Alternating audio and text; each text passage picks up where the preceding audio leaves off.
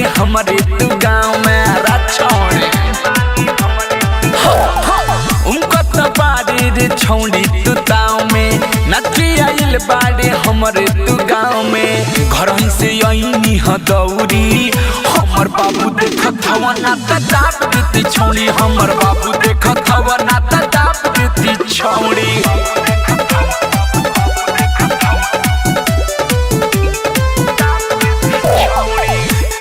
रिया films recording studio Delhi.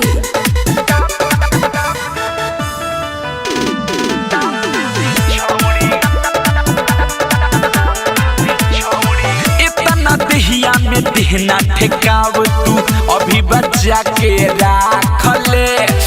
आगे पीछे सुना ये पूछी तनी ध्यान से तू ताकले छोड़ी देख रे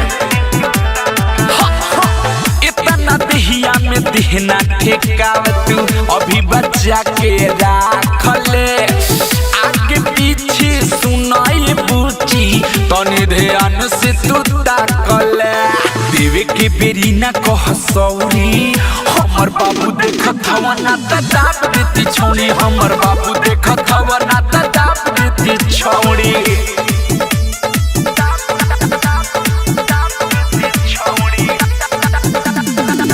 म्यूजिक बाय विकेश भोजपुरिया।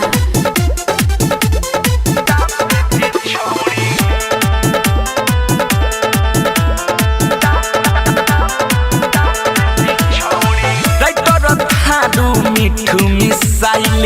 ओही पर नजर गड़इले बा तोरा जैसन के सुन रे पतर की मुँह में कता ना धरइले बा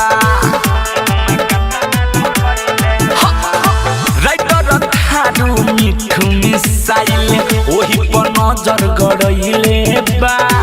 तोरा जैसन के सुन रे पतर की मुँह में कता ना धरइले बा अल्लाह बिलवा से बचबे ना औरी हमर बाबू देखत हवा ना दाप देती छौड़ी हमर बाबू देखत हवा ना दाप देती छौड़ी उनको तो बाड़े रे छौड़ी तू ताव में नची आइल बाड़े हमरे तू गाँव में घर से आईनी हदौरी हमर बाबू देखत हवा ना दाप देती छौड़ी हमर बाबू देखत हवा ना दाप देती छौड़ी।